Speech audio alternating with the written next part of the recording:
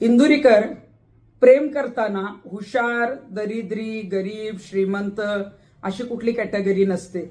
आणि पुन्हा एकदा यातून मुली हुशार मुलांबरोबर नाही तर दरिद्री मुलांवर प्रेम करतात असं बोलून पुन्हा एकदा मुलींना टार्गेट करणं, अपमान करणं, त्यांची बदनामी करणं अशा पद्धतीचं जे आहे ते तुमचं कीर्तनातून काम सुरू आहे. तुमच्यावर कारवाई तर झालीच पाहिजे, परंतु गरीब, श्रीमंत, दरिद्री अशी प्रेमामध्ये कॅटेगरी नसते, पण तुमचे विचार दरिद्री झालेले आहेत.